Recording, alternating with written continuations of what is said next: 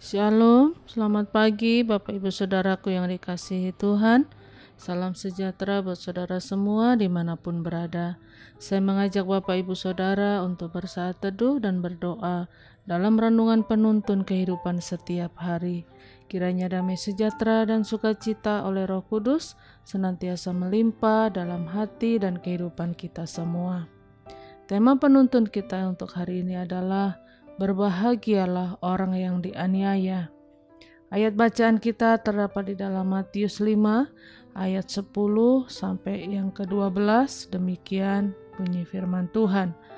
Berbahagialah orang yang dianiaya oleh sebab kebenaran, karena merekalah yang mempunyai kerajaan surga. Berbahagialah kamu jika karena aku kamu dicela dan dianiaya, dan kepadamu difitnahkan segala yang jahat. Bersukacitalah dan bergembiralah, karena upahmu besar di surga. Sebab demikian juga telah dianiaya nabi-nabi yang sebelum kamu. Bapak Ibu Saudaraku yang dikasihi Tuhan, dalam ayat bacaan kita hari ini kita lihat ada dua bagian yang mungkin bagi sebagian orang hal ini sangat membingungkan. Karena di situ dikatakan berbahagialah orang yang dianiaya, dan juga dikatakan berbahagialah kamu jika karena aku kamu dicela dan dianiaya. Dan hal yang kedua pada ayat yang ke-12 dikatakan bersukacitalah dan bergembiralah sebab upahmu besar di surga. Ketika kita membaca ayat ini mungkin kita berkata ini sangat tidak logis, ini sangat tidak masuk akal. Bagaimana mungkin saya dianiaya, saya diperlakukan tidak adil, dicela, difitnah, diperlakukan yang jahat, tetapi saya bisa bersukacita dan bergembira. Bukankah ini sesuatu yang tidak mungkin? Apa artinya dianiaya oleh sebab kebenaran? Di sini kita akan belajar bahwa dianiaya karena kebenaran artinya mempertahankan kebenaran itu tanpa kompromi. Itu sebabnya dikatakan berbahagialah orang yang dianiaya oleh sebab kebenaran. Karena waktu kita mempertahankan kebenaran tanpa kompromi, maka kita harus menghadapi dua masalah besar. Yang pertama yaitu masalah kedagingan kita. Karena daging kita ingin selalu yang menyenangkan, tetapi roh kita ingin selalu berkenan kepada Allah. Itu sebabnya Yesus berkata, berjaga-jagalah dan berdoalah, supaya kamu jangan jatuh dalam pencobaan, karena roh memang penurut tetapi daging lemah. Berarti aniaya yang dimaksud di sini adalah kita harus mengalahkan daging kita dengan segala hawa nafsunya. Dan masalah yang kedua adalah masalah minoritas. Kalau kita bicara tentang kebenaran, kebenaran itu dapat kita sebut sebagai minoritas. Mengapa? Karena Alkitab sudah jelas berkata bahwa lebarlah jalan yang menuju pada kebinasaan, tetapi sempitlah jalan yang menuju pada kebenaran. Mengapa kebenaran akan selalu menjadi minoritas? Karena orang tidak suka dengan kebenaran. Orang suka dibenarkan, sementara kebenaran seringkali menyatakan kesalahan. Itu sebabnya orang yang menghadapi aniaya, ia akan difitnah, bahkan dikucilkan, karena ia mempertahankan kebenaran tanpa kompromi. Tetapi lepas dari semuanya itu, percayalah bahwa kita punya Tuhan. Karena itu jangan kecil hati saudaraku. Berdirilah tegak, tetap katakan kebenaran, tetaplah berdiri dalam kebenaran. Karena itu adalah bagian dari firman Tuhan yang berkata, berbahagialah, bersukacita dan bergembiralah. Dan yang kedua kita belajar, apa yang dimaksud aniaya karena kebenaran? Aniaya yang terjadi bukan karena kebodohan.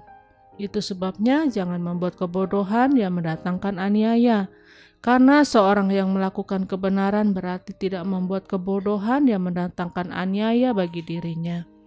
Jangan berpikir bahwa setiap kali kita mengalami aniaya itu berarti kita sedang memikul salib. Persoalannya bukan itu, saudaraku. Kadangkala aniaya datang karena kebodohan dan kesalahan kita sendiri. Seorang yang bersukacita dan bergembira karena aniaya oleh sebab kebenaran adalah seorang yang tidak membuat kebodohan yang mendatangkan aniaya. Kalau kita melakukan kebodohan yang kemudian mendatangkan kesulitan bagi diri kita, jangan berkata itu dari Tuhan dan kita menyalahkan Tuhan. Karena Alkitab berkata Tuhan tidak pernah mencobai seseorang, tetapi kita harus mulai sadari bahwa ada banyak hal yang terjadi karena sifat kita yang salah, karena karakter kita yang tidak sesuai dengan kehendak Tuhan. Tetapi jika karena kita pertahankan kebenaran, kita harus melalui aniaya, kita difitnah, kita dihakimi, jangan kecil hati, tetapi tegak hadapi, sebab Allah akan memberikan kemenangan bagi orang yang bertahan sampai kesudahannya. Dan yang ketiga, kita belajar. Di situ di dalam ayat 12 dikatakan bersukacitalah dan bergembiralah karena upahmu besar di surga. Bahkan ayat 10 dikatakan berbahagialah orang yang dianiaya oleh sebab kebenaran karena mereka yang empunya kerajaan surga. Mengapa kita disebut orang berbahagia dan bersukacita walaupun diperlakukan secara tidak adil? Karena kita memandang kepada upah yang menanti kita. Paulus berkata, aku melupakan apa yang ada di belakangku dan mengarahkan diri kepada apa yang ada di hadapanku untuk berlari-lari mencapai tujuan, yaitu panggilan surgawi dari Allah di dalam Yesus Kristus. Alkitab juga berkata, karena iman, maka Musa setelah dewasa menolak disebut anak putri Firaun, karena ia lebih suka menderita sengsara bersama umat Allah daripada untuk sementara menikmati kesenangan dari dosa, karena pandangannya ia arahkan kepada upah. Waktu pandangan kita arahkan kepada upah, percayalah bahwa kita tidak akan kecewa. Kadangkala ketika kita melayani Tuhan, ketika kita setia dengan Tuhan, kita diperhadapkan dengan situasi yang sungguh sangat membingungkan buat kita. Tetapi waktu kita memandang pada upah, hati kita akan tetap bersukacita dan bersyukur. Mungkin orang lain tidak menghargai pelayanan kita, tetapi jangan berkecil hati, jangan bersungut-sungut, jangan tersinggung, jangan kecewa. Tetapi ingat, kita bukan melayani manusia. Kita ada dalam pelayanan itu bukan karena manusia, tetapi karena Tuhan yang memanggil kita. Jadi Bapak Ibu Saudaraku yang dikasihi Tuhan, marilah kita memandang upah. Karena Tuhan yang memanggil kita, Tuhan yang mempersiapkan surga bagi kita. Itu sebabnya Alkitab berkata, berbahagialah orang yang dianiaya oleh sebab kebenaran, karena merekalah yang mempunyai kerajaan surga. Surga itu pasti, surga itu mencatat setiap tetesan keringat kita karena pelayanan kita. Surga mencatat setiap tetesan air mata yang jatuh dalam pergumulan untuk mempertahankan kebenaran itu. Itu sebabnya jadilah orang Kristen yang tegar, yang berjalan dalam kepastian bahwa jika Allah di pihak kita, tidak ada yang dapat melawan kita. Amin. Mari kita berdoa. Bapa, terima kasih buat firman-Mu pagi hari ini yang kembali mengingatkan kami, meneguhkan kami bahwa sesungguhnya Engkau Allah yang tidak pernah meninggalkan kami. Sekalipun kami ada di tengah-tengah aniaya, sekalipun kami ada di tengah-tengah kesesakan, kesulitan, dan segala hal penderitaan yang kami hadapi, kami percaya Engkau Allah yang setia mendampingi kami. Dan kalau kami boleh ada saat ini, boleh melayani Tuhan, boleh setia mengikut Tuhan, bukan karena kami melihat siapapun, tetapi karena kami melihat upah yang Tuhan sediakan buat kami. Karena itu Tuhan, kuatkan dan teguhkan iman percaya kami, untuk kami bertahan dalam iman, untuk kami tetap setia mengiring Tuhan sampai kesudahan alam. Terpujilah nama-Mu Bapa, di dalam nama Yesus kami berdoa. Haleluya. Amin.